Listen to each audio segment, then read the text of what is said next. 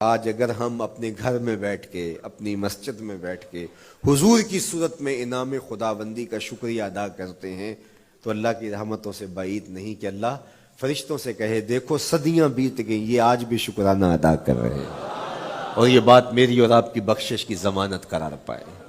تو حضور کی صورت میں جو انعام ہوا، حضرت حسان بن ثابت اکثر کہا کرتے تھے منّا علینا ربنا ام بعث فینا محمدا، ہمارے رب نے ہمارے اوپر احسان کر دیا ہے کہ محمد عربی عطا کر دی ہے۔ ساری زندگی سجدے میں سر رکھ کے شکر ادا کرتے رہیں، حق کے شکر پھر بھی ادا نہ ہو۔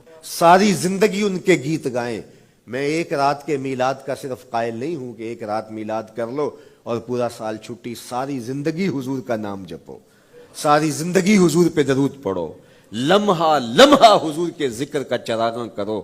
صرف اپنے گھروں اور اپنے بازاروں میں جھنڈیاں ہی نہ لگاؤ بلکہ دل کے ایک ایک پرت پہ نام محمد کی جھنڈی لگاؤ۔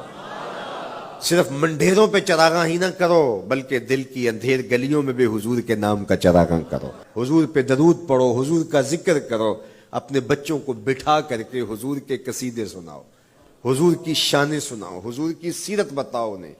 اپنے گھر کے ماحول کے اندر، اپنی مسجد میں، اپنی گلی میں، اپنے دوستوں میں حضور کا ذکر کرو۔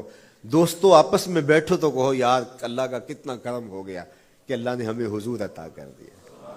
دوستوں میں بیٹھے جب یوں بات کرو گے تو اللہ کی رحمتیں کس قدر تمہارے اوپر برسیں گی۔ اپنی عقیدتوں کا اظہار کرو، وہاں کمیت نہیں دیکھی جاتی، وہاں کیفیت دیکھی جاتی ہے، وہاں مقدار نہیں دیکھی جاتی، وہاں معیار دیکھا جاتا ہے۔ وہ چہرہ اور چہرے کا تل نہیں دیکھتے، وہ بندے کا دل دیکھتے ہیں، وہ دیکھتے ہیں کون کس خلوص کے ساتھ محبت لے کر کے آیا ہے۔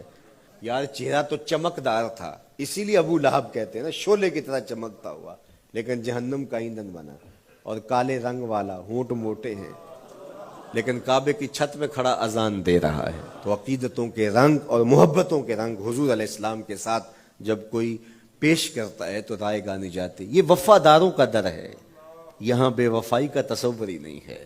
وہ ہاتھ پکڑتے ہیں تو پھر چھوڑتے نہیں ہیں، اس لیے ان سے محبت کا ربط قائم کیجیے، اپنی اولادوں کو حضور کا پیار سکھائیے، اپنے گھروں میں میلاد کیجیے۔ لازم نہیں ہے کسی عالم دین کو بلاؤ، آپ اپنے گھروں میں حضور علیہ السلام پر درود پڑھیے گا، بچوں کو بٹھائیے گا اور حضور کی سیرت کا کوئی واقعہ ان کو سنائیے گا۔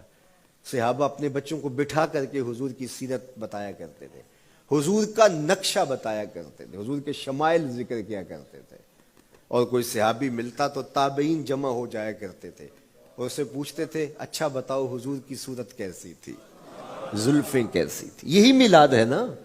میلاد میں حضور کے فضائل کا ذکر ہوتا ہے، شمائل کا ذکر ہوتا ہے، خصائل کا ذکر ہوتا ہے، اور موسم حج کا ہے۔ ایک اونچے ٹیلے پہ حضرت سیدنا ابو طفیل چڑھ گئے، یہ آخری صحابی ہیں، اس کے بعد کوئی صحابی نہیں، حضور کے وصال کے 100 سال بعد تک زندہ رہے۔ تو کہا لوگوں آؤ اس وقت روئے زمین پہ میرے علاوہ کوئی نہیں جس نے حضور کو دیکھا ہو، آؤ مجھ سے حضور کی باتیں سنو۔ لوگ جمع ہو گئے اور کہا صف لنا رسول اللہ، تم نے حضور کو دیکھا ہے تو بتاؤ حضور کیسے تھے۔ تو حضرت ابو طفیل نے 3 لفظوں میں میرے حضور کا حلیہ بیان کیا، یاد کر لو۔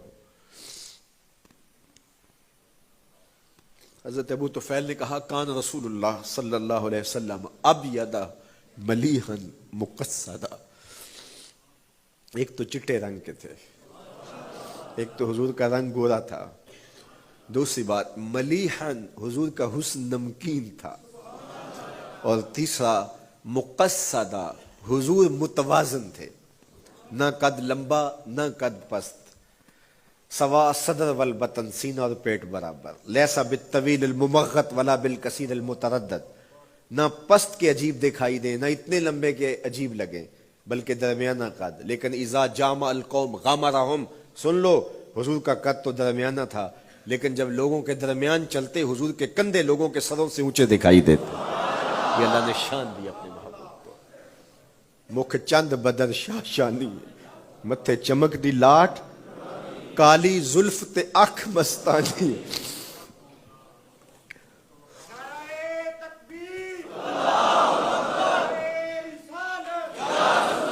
کالی زلف تے اکھ مستانی ہے، مخمور رکھی ہیں مد بھریاں۔ حضور علیہ السلام کی جب آمد ہوئی، رحمت عالم صلی اللہ علیہ وسلم کو جب انہوں نے دیکھا نا تو اچانک ودا کے پہاڑوں کی اوٹ سے حضور دکھائی دیے، تو سیاہ پہاڑ ہیں، تو ان سے جب حضور کا چمکتا ہوا چہرہ دکھا نا تو بے ساختہ انہوں نے کہا طلع البدر علینا، وہ دیکھو چاند چڑھ گیا ہے، طلع البدر علینا، وہ دیکھو چاند چڑھ گیا۔ مورخ اسلام حفیظ